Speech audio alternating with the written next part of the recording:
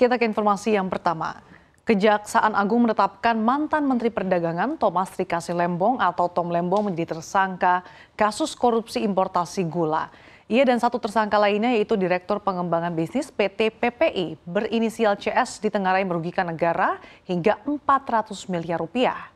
Kejagung menyematkan status tersangka kepada Tom Lembong karena restu yang ia berikan atas impor gula ke Indonesia saat menjabat sebagai Menteri Perdagangan di tahun 2015-2016. Direktur Penyidikan pada Jaksa Agung Muda Bidang Tindak Pidana Khusus Kejaksaan Agung, Abdul Qohar menjelaskan, mulanya pada 15 Mei 2015 sejumlah kementerian menggelar rapat koordinasi. Rapat itu menghasilkan keputusan bahwa Indonesia mengalami surplus gula sehingga tidak memerlukan impor. Akan tetapi pada tahun yang sama, Tom Lembong diduga malah memberikan izin persetujuan impor gula kristal mentah sebanyak 105.000 ton. Izin itu diberikan kepada perusahaan swasta berinisial PTAP.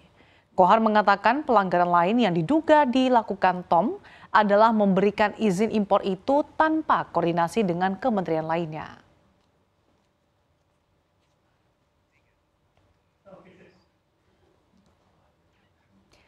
Bergeser ke informasi berikutnya. Rusia dikabarkan bakal segera menerjunkan armada kapal perangnya ke Indonesia. Hal itu dilakukan di Surabaya 4 hingga 8 November mendatang.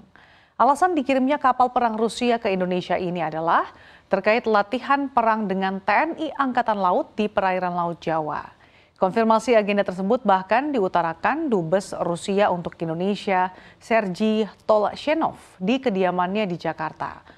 Tolshenov mengatakan kedua negara terlibat latihan bersama bernama Oruda 2024. Nama ini diambil dari gabungan dua kata, Oruda yang berarti elang dalam bahasa Rusia dan Garuda dalam bahasa Indonesia.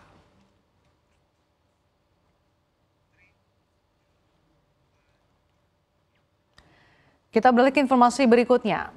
Kepala Badan Pangan Nasional atau National Food Agency NFA, Arief Prasetyo Adi buka suara terkait pemberitaan mengenai hasil pemeriksaan otoritas Thailand terhadap anggur Shine Muscat asal China. Arief mengatakan pihaknya terus melakukan pengawasan ketat terhadap komoditas pangan segar impor yang beredar di pasar domestik termasuk anggur. Selanjutnya, Bappenas berjanji akan melakukan investigasi lanjut atas temuan Thailand tersebut. PLH Deputi Penganekaragaman Konsumsi dan Keamanan Pangan Bappenas, Yusra Egayanti menambahkan, pihaknya terus memperkuat regulasi terkait batas maksimum residu pestisida untuk keamanan pangan.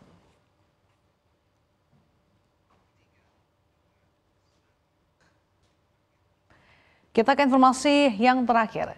Kementerian Kesehatan Malaysia menyuarakan kekhawatiran terkait lagu baru milik Rose Blackpink yang berjudul Apa Tuh. Mereka melabeli bahwa lagu kolaborasi Rose dengan Bruno Mars tersebut sebagai musik yang berbahaya. Malaysia bahkan secara terbuka mengkritik lagu tersebut dengan cara membedah isi liriknya. Kementerian tersebut menyinggung bahwa dalam lagu tersebut istilah Apa Tuh yang merupakan singkatan dari apartemen menggambarkan ajakan dan godaan yang erat dengan budaya barat. Lebih lanjut, kementerian tersebut menambahkan bahwa yang lebih memprihatinkan lagi adalah lagu ini sering digunakan dalam video media sosial yang melekat dalam kehidupan sehari-hari. Anak-anak khususnya mungkin tanpa sadar ikut bernyanyi mengikuti lirik ini.